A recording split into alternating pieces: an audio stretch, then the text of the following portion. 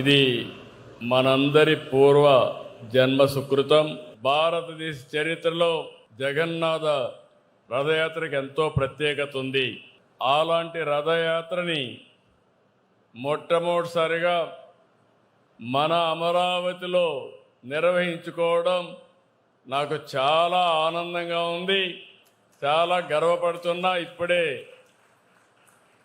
Announce చేశారు, ఇది ప్రతి సంవత్సరం ఇక్కడ జరుగుతుందని ఇప్పుడే అనౌన్స్ జరిగింది. ఇది ఒక మధురానుభూతి.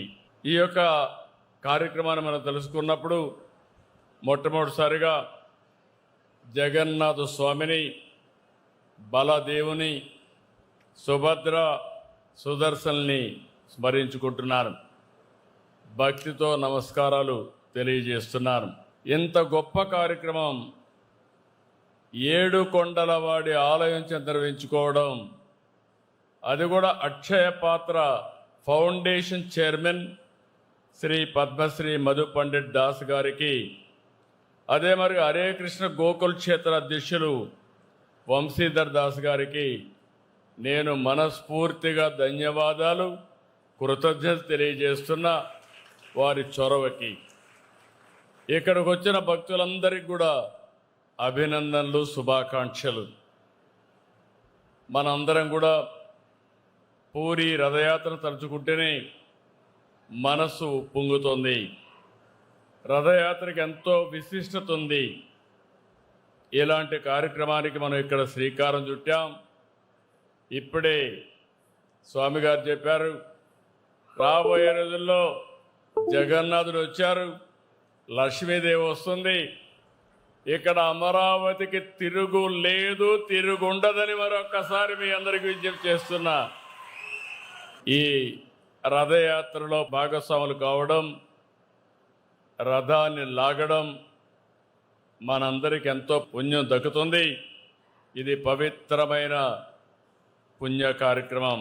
దేశంలోని 16 రాష్ట్రాల్లో, 3 కేంద్రపాలిత ప్రాంతాల్లో అక్షయ పాత్ర 25,000కు పైగా ప్రభుత్వ పాఠశాలలో, అంగన్వాడీలో ఆహారం అందించే కార్యక్రమాన్ని, ఒక పవిత్రమైన కార్యక్రమాన్ని చేస్తున్నారు. ఇది ప్రపంచంలో ఎక్కడా జరగలేదు. అక్షయ పాత్ర ద్వారా 25 సంవత్సరాల్లో 500 కోట్ల మందికి ఆహారం అందించారంటే అది ఈ ఫౌండేషన్ యొక్క మహత్యం. ప్రతిరోజు మన దేశంలోనే 23 లక్షల మందికి ప్రభుత్వ సహకారంతో పౌష్టికాహారం అందిస్తున్నారు. ఆధునిక సాంకేతికత, పరిశుభ్రత, నాణ్యత, సమర్థవంతమైన నిర్వహణకి అక్షయ పాత్ర ఒక ఆదర్శం.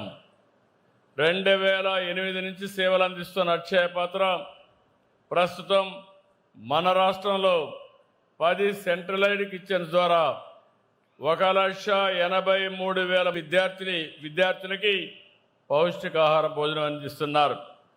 మొన్నే అన్నా క్యాంటీన్ వస్తే ఎవరికిస్తే బాగుంటుందంటే రెండో ఆలోచన లేకుండా ఆ అన్న క్యాంటీన్లో భోజనం కూడా అక్షయ పాత్రకు అప్పచెప్పాం. బ్రహ్మాండంగా నిర్వహిస్తున్నారు. నాణ్యమైన భోజనం పెట్టే పరిస్థితికి వచ్చారు. మనం అందరూ కూడా ఒక సాంప్రదాయం ఉంది. ఏ కష్టం వచ్చినా దేవుని దగ్గరికి పోయి దేవునికి అప్పచెప్పి మన పని మనం చేస్తే దేవుడు కరుణిస్తాడనే నమ్మకం, పరిష్కార మార్గం దొరుకుతున్నది విశ్వాసం. దీన్ని పెంచడానికి వెంకటేశ్వర స్వామి టీటీడీ తరపున 5,000 దేవాలయాలు మొత్తం రాష్ట్రంలో కట్టాలని ఒక నిర్ణయం చేశాం. దీనివల్ల లాభం ఏంటని మీరు ఒక్కసారి ఆలోచిస్తే, ఇంట్లో కూడా పూజ చేయొచ్చు, కానీ సమాజం మొత్తం కలిసి పూజ చేసుకునే ప్లేసు మన దేవాలయాలు. అలాంటి దేవాలయాలు ఎన్ని ఎక్కువ ఉంటే అంతవరకు మనందరికి కూడా మానసిక శాంతి ఉంటుంది. ఇంకొక పక్కన మైండ్ని నియంత్రణ చేసుకునే అవకాశం ఉంటుంది. నేను అందుకే మీ అందరి కోరుతున్నా, దేవాలయాల పవిత్రతకు, ఆధ్యాత్మిక శోభకు ఎక్కువ ప్రాధాన్యత ఇస్తాం. డబ్బు, హోదా, పదవులు, సంపద కాదు. ప్రశాంతత, మంచి ఆరోగ్యం, నాణ్యమైన జీవితం చాలా ముఖ్యం. క్వాలిటీ ఆఫ్ లైఫ్ లేకపోతే మన దగ్గర ఎంత డబ్బులున్నా అది నిరర్ధకం అని చెప్పి కూడా నేను మీకు తెలియజేస్తున్నాను. అందుకే తొందరలోనే 5,000 దేవాలయాలు కడతాం. ఆ దేవాలయాలు కూడా ప్రజలకు అందుబాటులో ఉండేవి చేస్తాం. భారతదేశ సంస్కృతి విలువల్ని కాపాడడం కోసం ముందుకుంటాం.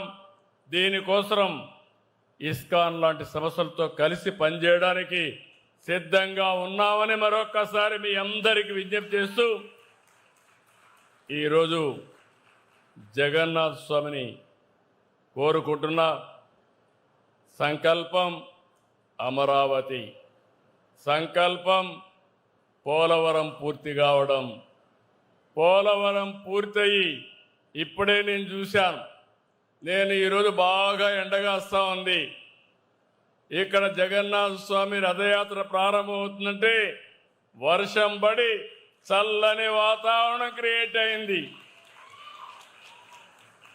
ఇలాంటి చల్లని వాతావరణం ఎప్పుడు ఉండాలని, పుష్కలంగా వర్షాలు పడాలని, మనందరి జీవితాలు బాగుండాలని, మన జీవన ప్రమాణాలు పెరగాలని జగన్నాథ స్వామిని మీ అందరి తరపున కోరుకుంటూ మీ అందరి దగ్గర సెలవు తీసుకుంటున్నాను.